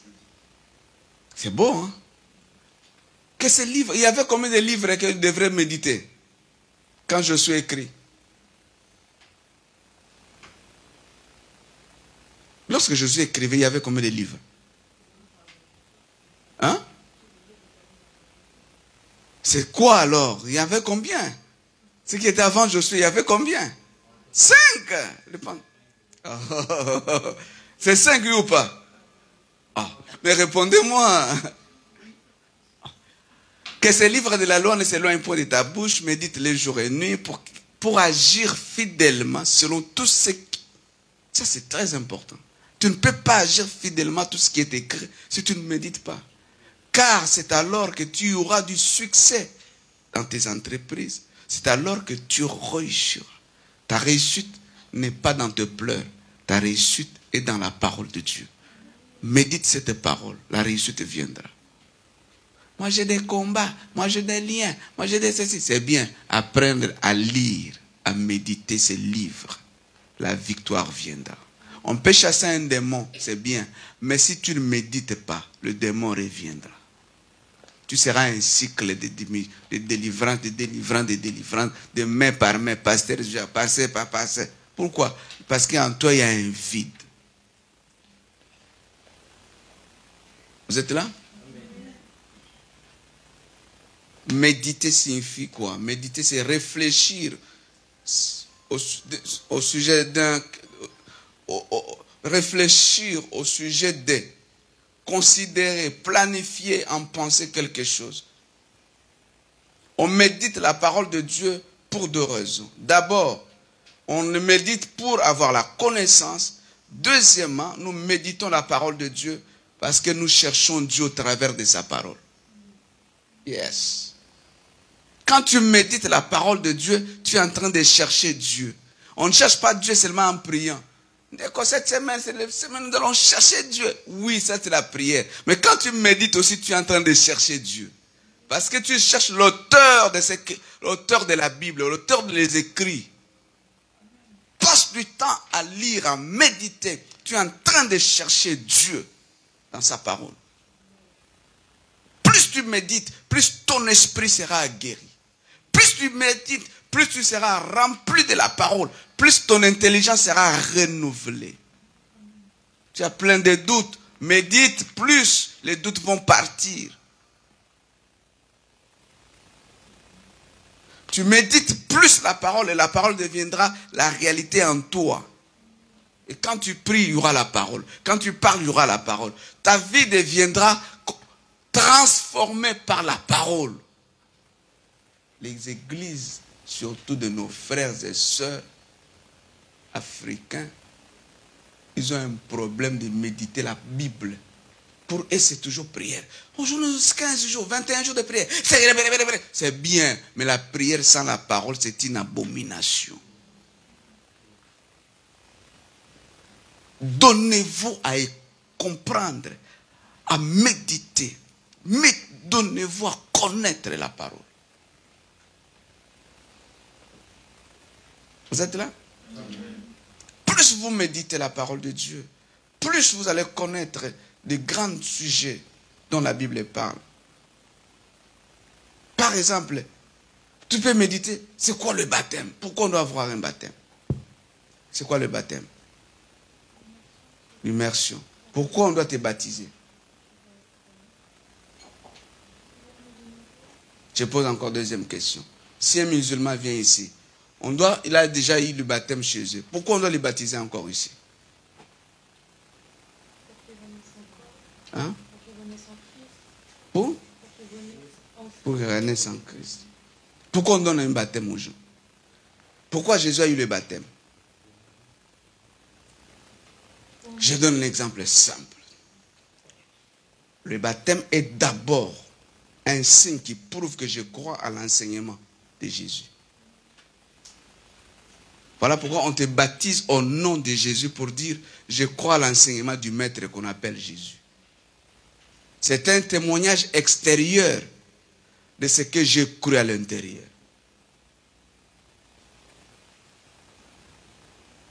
Jésus vient auprès de Jean pour être baptisé. Jean dit non, je ne peux pas te baptiser. Je dis fais ce qui est juste.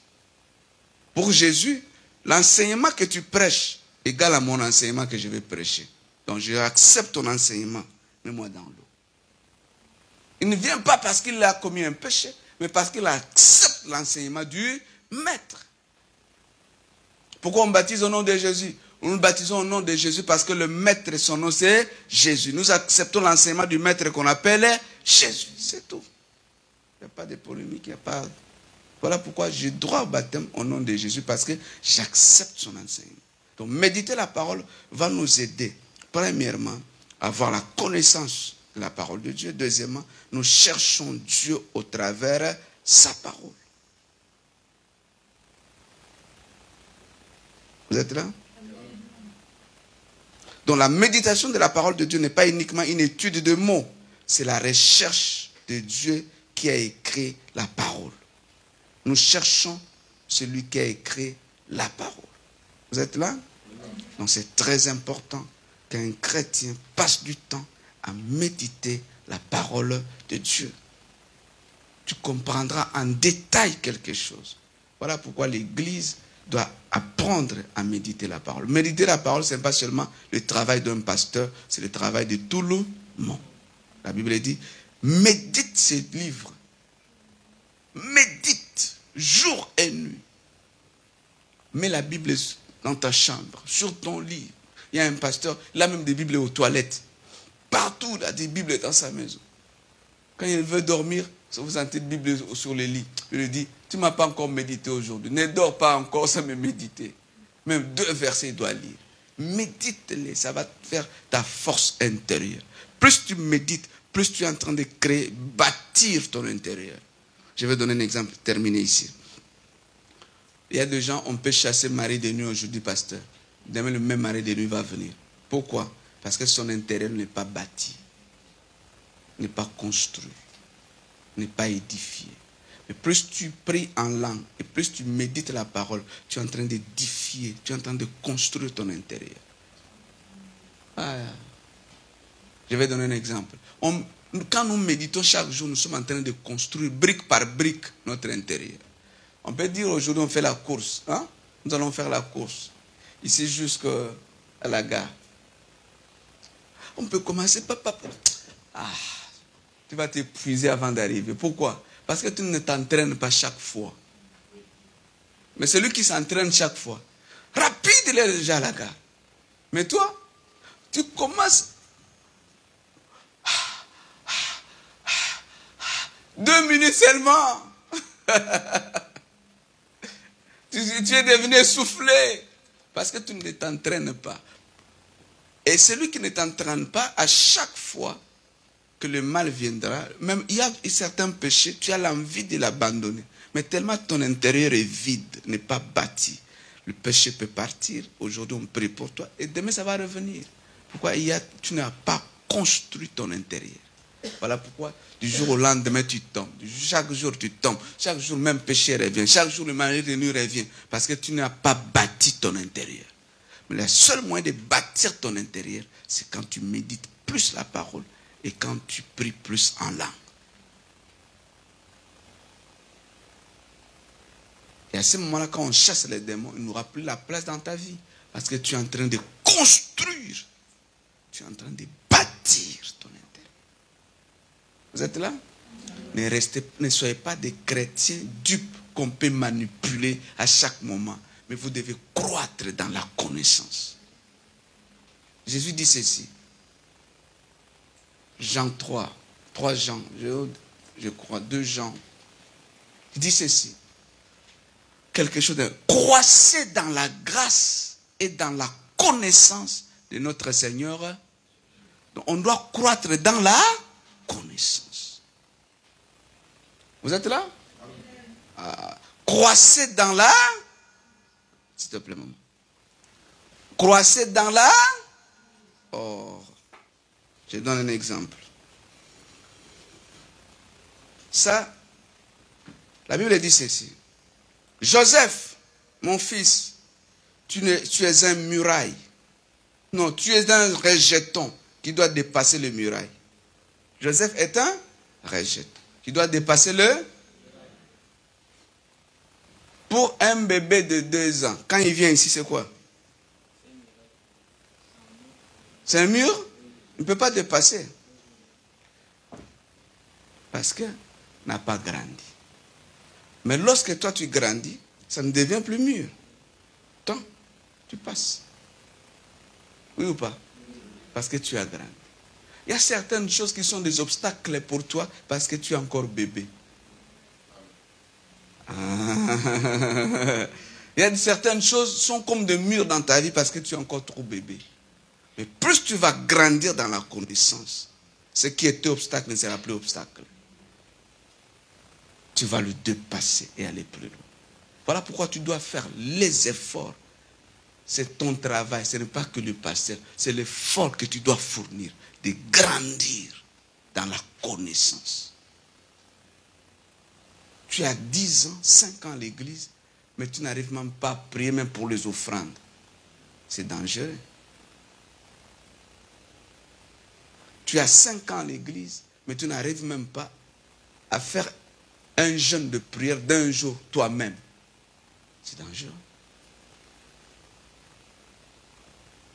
Pourquoi? Parce que les gens dans nos églises ne grandissent pas. Ils croient que tout doit être fait par le pasteur. Non, le pasteur te montre le chemin. C'est à toi de faire l'effort de grandir. Le pasteur n'est pas un policier, il ne sera pas derrière toi chaque jour. Lui, il te montre les choses à faire. C'est à toi de faire l'effort de grandir. Oui ou ça? Ce n'est pas ça? Plus tu grandis, plus ceux qui sont des obstacles aujourd'hui ne seront plus des obstacles. Mais plus tu ne grandis pas, tu trouveras que des blocages de murs chaque jour. Voilà pourquoi il faut grandir dans la connaissance. Cherchez à connaître celui qu'on appelle Jésus. Cherchez à bâtir, à construire votre vie dans la personne de Jésus. Investissez-vous dans la connaissance de Jésus. Investissez-vous dans la connaissance de Dieu. Celui qui a la connaissance ne peut pas être manipulé. La plupart des gens sont manipulés parce qu'ils ont rejeté la connaissance. Osez combien? Osez combien? La Bible dit quoi? Mon peuple est péri parce qu'il y a beaucoup de démons. Oui ou non? Mon peuple est péri faute. Non. Faute des sorciers. Oui ou non? Mon peuple est péri faute du pasteur. Oui ou non? Mais mon peuple est péri faute des... Donc s'il y a des choses, il y a la mort dans ta vie parce que tu n'as pas de connaissance. Ça c'est verset important. Mon peuple est détruit parce qu'il lui manque la connaissance. Ce qui te détruit, c'est ton manque, c'est ton ignorance. Puisque tu as rejeté la connaissance, je te rejetterai. C'est pas moi. Continue. Nous, on se limite qu'au verset à partie A. Puisque tu as rejeté la connaissance, je te rejetterai. Et tu seras dépouillé de mon sacerdoce. Sacerdoce, ça veut dire servir. Tu seras chassé de mon temple. Tu seras chassé de mon service. Puisque tu as oublié la loi de ton Dieu, j'oublie. Donc, ton ignorance aura des conséquences même sur tes enfants. Et le rejet de la connaissance de Dieu aura des conséquences sur tes enfants. Pas qu'à toi-même. Et Et si vous lisez verset 1, il dit, j'irai en tribunal avec vous parce que vous avez rejeté la connaissance. Si la connaissance est quelque chose de sans importance, comment Dieu peut aller en procès avec son peuple? Donc Dieu tient à la connaissance. C'est très important. Et la connaissance, ce n'est pas seulement lire le verset. La connaissance, ce n'est pas connaître Genèse, Apocalypse. La connaissance, c'est quoi? C'est une relation.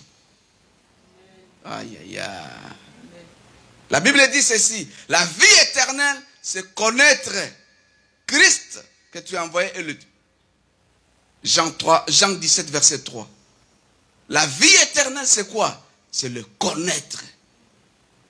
Si tu ne le connais pas, cette vie, tu ne la connaîtras pas. Quand Jésus parle de le connaître ici, il parle d'une question de relation.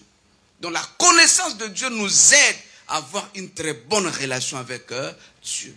Donc la connaissance que je parle ici, ce n'est pas avoir trop de versets sur la tête, mais la connaissance nous aide à avoir la communion, à avoir la relation avec la personne. Plus tu le connaîtras, plus ton intimité avec lui va faire quoi? Va grandir. Plus tu ne le connaîtras pas, plus tu seras loin de lui. Or la vie éternelle, c'est qu'il te connaisse, toi le seul vrai Dieu, et c'est lui que tu as envoyé, Jésus-Christ. La vie éternelle, c'est dans la connaissance de la personne de Christ. Est-ce qu'on peut prier? Moi, je ne me fatigue pas. Moi, quand je presse même à 1 heure, mais je me limite là aujourd'hui. Vous êtes là? Dis avec moi, j'ai besoin de te connaître.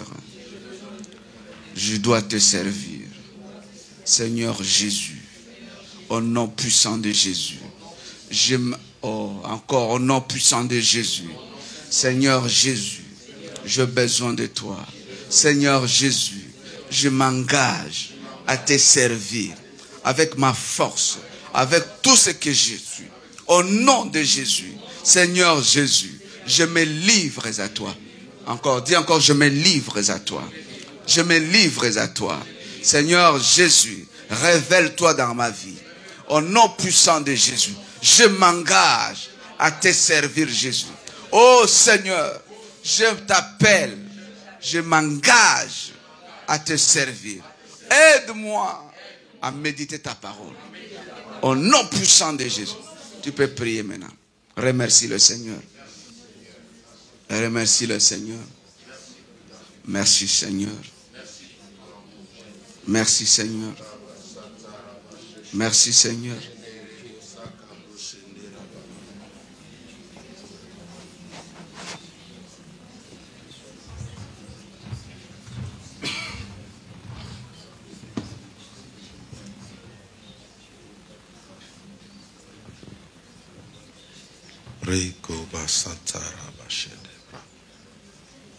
Merci Seigneur.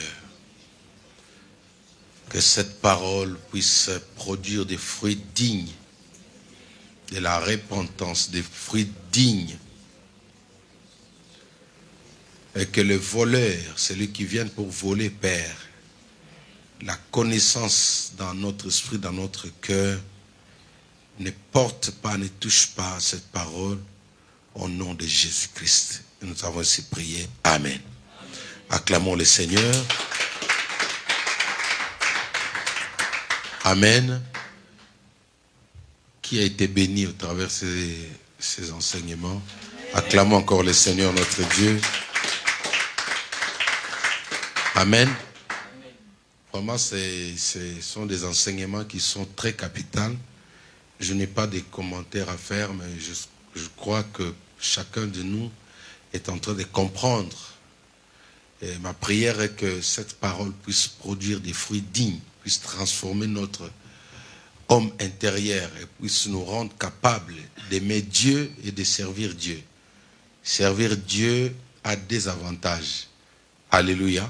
Amen. Je pense que c'est la Bible qui est en train de parler, ce n'est même pas le docteur Alain. Ce que j'aime avec lui, tout ce qu'il dit, il le montre au travers de la Bible. Amen. Donc, essaye aujourd'hui de comprendre maintenant essaie d'évaluer un peu ta manière de servir Dieu. Si tu servais par mouvement, parce qu'on peut servir Dieu, parce qu'on a vu l'autre, mais aujourd'hui, prends cette conscience-là, que c'est pour ton intérêt, c'est pour ton bien. Si tu veux que Dieu s'ingère dans tes affaires, ingère-toi aussi des affaires de Dieu. Il y a un pasteur au Congo-Kinshasa qui a dit, il y a longtemps, il dit, Dieu protège ses intérêts. Je n'ai jamais oublié cette parole. Il s'agit de l'évangéliste Sonny Kafuta. C'est ce que le pasteur a dit. Il y a des fois, il nous arrive des fois de dormir sans prier. On est des humains. Mais tu es étonné d'apprendre, quelqu'un vient te dire que non, j'étais venu visiter ta maison la nuit, je n'ai pas pu entrer. Au fond de toi, tu dis, mais je n'avais pas prié. Parce que quand je suis rentré du travail, j'étais fatigué. Et c'est là où tu te rends compte que quand tu le sers, lui aussi te protège parce qu'il a l'intérêt derrière toi. Est-ce que vous voyez? Dieu nous défend. Il y a des histoires, il y a des pièges où l'ennemi n'arrive pas à nous attraper tout simplement parce que Dieu aussi est censé de nous protéger. Il a dit, j'établirai mon serviteur David et l'ennemi ne le surprendra jamais. Est-ce que quelqu'un entend ça? Il dit, l'ennemi ne le surprendra jamais. Ça, c'est Dieu qui dit, il fait une promesse sur David. C'est-à-dire, en aucun jour, l'ennemi va surprendre, hey, David, non. C'est-à-dire, David peut être distrait. Mais tu ne peux pas dire, ah non, maintenant il est distrait, on va l'attraper. Non. Dieu est déjà là, il veille sur lui. Pourquoi? Parce que David, c'était un serviteur. Il avait ce cœur-là. Quand il servait, j'ai aimé quelque chose, le pasteur a dit, servir Dieu avec joie. Quand ton âme est attristée, tu ne peux pas donner. En fait, tout ce qu'on fait là, on communique, ça part de nous. Il faut faire un effort. Il faut toujours alimenter la joie au-dedans de toi. Même si le monde s'acharne sur toi, même s'il y a des déceptions qui peuvent arriver à 5 minutes de culte, il y a des humiliations. Moi, j'en ai vu. On t'humilie et c'est fait exprès. Et à la fin, on te dit que non, on avait envoyé quelqu'un faire ça pour voir l'état, l'attitude de ton cœur. Et là, c'est fait exprès. Donc, il ne faut pas dire que c'est Satan. C'est vraiment, les gens veulent tester, est-ce que lui, vraiment, son cœur là. C'est-à-dire, on te dit, bon, aujourd'hui, c'est toi qui va prier, et non, qui va diriger le culte. Et dès que tu arrives là, le culte veut commencer à 5 minutes, on te dit, non, toi, tu t'assois, c'est elle qui va faire. Et tu as mis ta belle... ton costard là, tu dis aujourd'hui je vais passer, tu as dit déjà à tes amis, regardez aujourd'hui sur internet, c'est moi qui passe. Dès que tu arrives là, le pasteur dit non, pas toi, tu fais, laisse Jeden va faire. Là tu as dit, pasteur, arrière de moi Satan. Alléluia. Tu es obligé de veiller sur la joie, sur la paix. Il y a des choses comme ça peut arriver, hein, juste pour voir si ton cœur là est transformé. Donc, comprenez ça, c'est important. J'ai toujours dit, il y a l'une de mes filles ici qui m'avait posé une question un peu banale. Il me dit, papa, pourquoi à l'église on ne fait pas la confession pendant qu'on commence le culte? J'ai jamais entendu le modératrice dans notre église dire que non, maintenant on va tous confesser. Alléluia. Qui a déjà remarqué ça ici? Oui. Parce que moi je tiens à ce que tu deviens un disciple. C'est lui qui commence les cultes chez lui à la maison. Les cultes ne commencent pas ici. Est-ce que quelqu'un m'entend? Donc, je suis préparé depuis chez moi parce qu'en cours de route, on peut te prendre, il y a quelqu'un qui tombe dans le bus et qui les esprits impurs commencent à agiter la personne. Et toi, tu es serviteur de Dieu. Tu es servante de Dieu. Tu es, attendez, je vais confesser, je vais me préparer, j'arrive. Alléluia. Il faut toujours être prêt. Un policier en service, il a toujours son arme. Il dépose jamais. Il a toujours ça. Même s'il est en veste, tu vois, là tu vas voir qu'il y a quelque chose. Son arme est toujours là. Un enfant de Dieu, un homme de Dieu comme ça. Quelqu'un comme moi, je n'ai pas le temps là. Moi, partout, tu me prends même au service là. Si ça bouge là, j'attaque directement. Je marche avec ça. C'est pourquoi tu vas remarquer que chez nous, on donne plus le temps à l'adoration, à aller plus dans la présence de Dieu. On commence le culte avec la louange, avec l'adoration. On loue Dieu parce qu'on est déjà prêt. Et si Jésus devait venir, hein, au début du culte, là, on n'a pas encore mis la confession, mais nous, on va partir. Parce que nous, on était déjà prêts. On a commencé le culte où? À la maison. Il ne faut pas venir confesser ici. Quand tu te prépares là, quand tu prends ta robe là, prépare aussi ton intérieur là. Alléluia. Est-ce qu'on peut acclamer le Seigneur? Alors nous sommes arrivés à la fin de nos enseignements. C'est une formation quand même. Maman pasteur m'a demandé à ce que ça soit avec Yassandra, ça soit un peu en catimini pour aussi. Et le docteur Olin aussi nous l'a demandé. C'est-à-dire aujourd'hui c'était une faveur, une grâce. Prochainement, nous allons créer ce qu'elle m'a proposé. Salon, c'est ça hein? Voilà, salon sur Facebook, c'est-à-dire nous allons inviter des personnes spécialement que nous connaissons, mais pour les autres, la vidéo sera vraiment fermée. Les gens doivent venir suivre les enseignements ici, n'est-ce pas? Voilà. Donc, voilà. Voilà. Donc, il y a des choses qu'on ne peut pas dire comme ça, parce que ça s'achète, ça se paye. D'autres pasteurs, ils ne vous donnent pas comme ça. Dans les écoles bibliques, c'est comme ça qu'on nous forme. Et on paye même les minervales, vous voyez. Donc, on ne vous a pas demandé, mais je veux que ce soit d'abord pour nous ici. C'est comme Jésus avait dit, la nourriture des enfants, on va donner d'abord aux enfants. Alléluia. Et tout ça, c'est dans le but de nous propulser comme ce flèche-là qu'on nous a expliqué aujourd'hui. Ça a vraiment été très important. Est-ce qu'on peut acclamer les Seigneurs? Je bénis Dieu, je bénis Dieu. Alors, demain c'est samedi. Amen.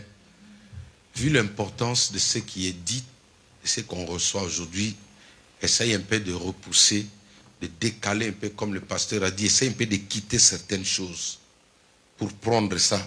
Ça construit toute une destinée, ces enseignements-là. Que personne ne vient te dire à ce moment-là, non, viens d'abord, non. Le diable ne vient pas te dire, non, tu dis, bon, aujourd'hui je vais perdre un peu, mais je vais prendre ça. Parce que ça, tu le prends peut-être seulement aujourd'hui. Prochainement, quand l'homme de Dieu va venir avec autre chose.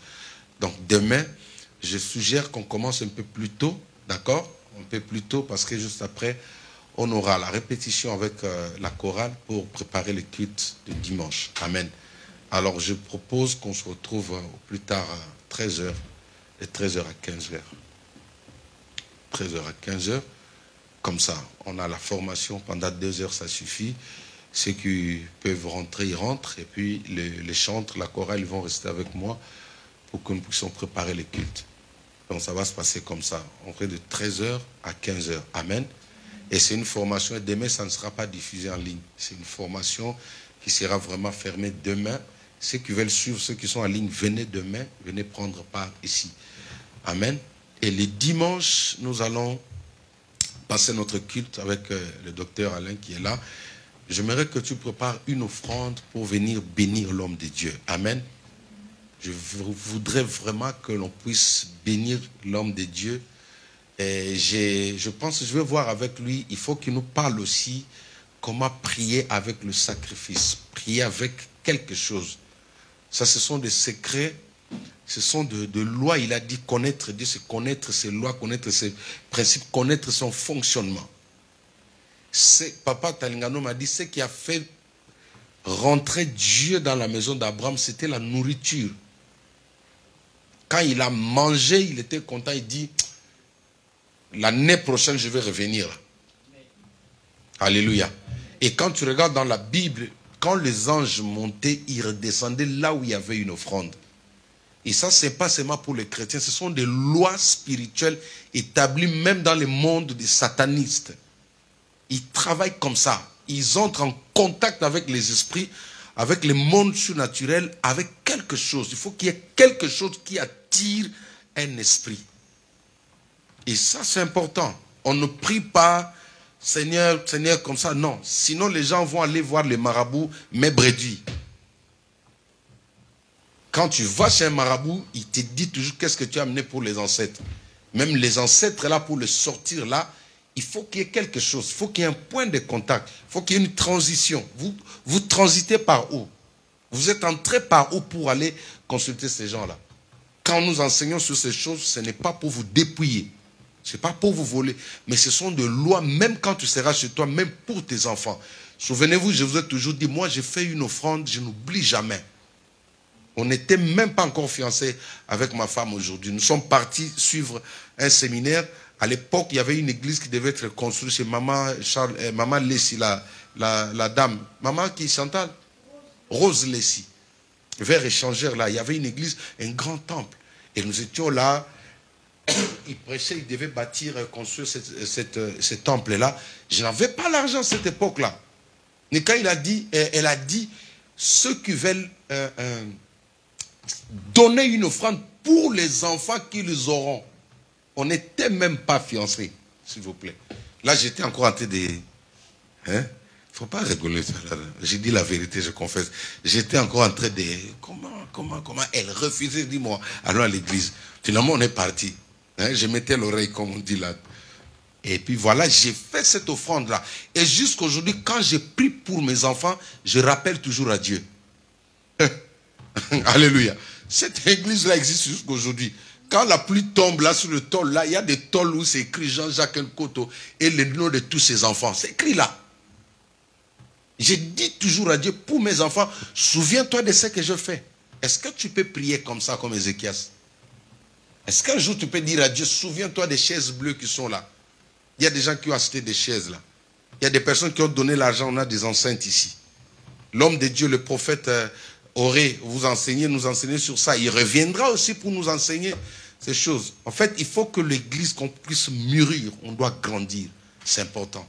Il y a des prières où tu ne parles pas. Je prends seulement quelque chose, je pose, je rentre, je pars. Ça déclenche un miracle. Même il y a des délivrances aussi comme ça. Amen.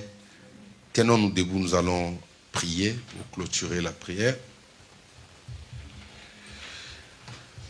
Nous remercions le Seigneur et nous recommandons la journée de demain. Donc de 13h à 15h, ne manquez pas s'il vous plaît. Décalez un peu vos programmes. Venez demain, nous allons assister, prendre ces enseignements. C'est très très très important. Ça construit votre âme. Si en toi il y a un vide, même les esprits qui sont chassés, ils vont revenir. Il faut qu'il y ait quelque chose, il faut qu'il y ait un digue qui bloque, qui empêche l'esprit un peu de rentrer en toi. Remercie le Seigneur pour tout ce que nous avons reçu aujourd'hui comme connaissance. Et prie, demande à ce que cette connaissance puisse construire ton homme intérieur. Prie au nom de Jésus-Christ.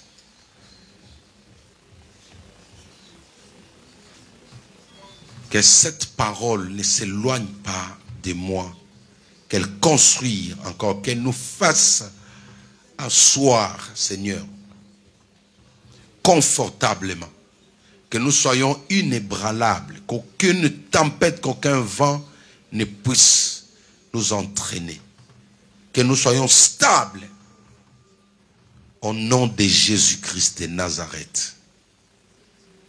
Seigneur, il est écrit dans ta parole, ceux qui connaîtront agiront avec fermeté. Rends ferme tes enfants, rends ferme cette église face aux tempêtes, face aux diverses tempêtes qui soufflent maintenant autour de nous, Seigneur. Fais de nous des disciples, des personnes qui défendent la cause du royaume. J'ai pris, Seigneur, pour la croissance de l'église. J'ai pris, Seigneur, pour la bonne santé spirituelle de l'église. Que cette parole soit une lumière dans nos vies, dans notre âme. Et nous prions, Seigneur, que la journée de demain, que tu puisses nous enseigner, nous parler encore. Saint-Esprit, crée la soif d'entendre ta parole en chacun de nous. Au nom puissant de Jésus, que l'ennemi reste loin, que personne ne vole cette parole dans nos cœurs. Au nom de Jésus-Christ, notre seul Seigneur et Sauveur, nous prions avec action de grâce en disant Amen. Que Dieu vous bénisse. Bon retour à tout un chacun. Donc demain de 13h à 15h, que Dieu vous bénisse. Ceux qui ont apporté les offrandes pouvaient déposer comme les enfants le font tous les jours. Demain, par la grâce de Dieu, on va vous remettre des syllabis. Hein? Et voilà, on va essayer de préparer des syllabis. Et si vous avez des amis, des personnes que vous aimez beaucoup, invitez-les à venir suivre ces enseignements. Ça sera une bénédiction. Que Dieu vous bénisse.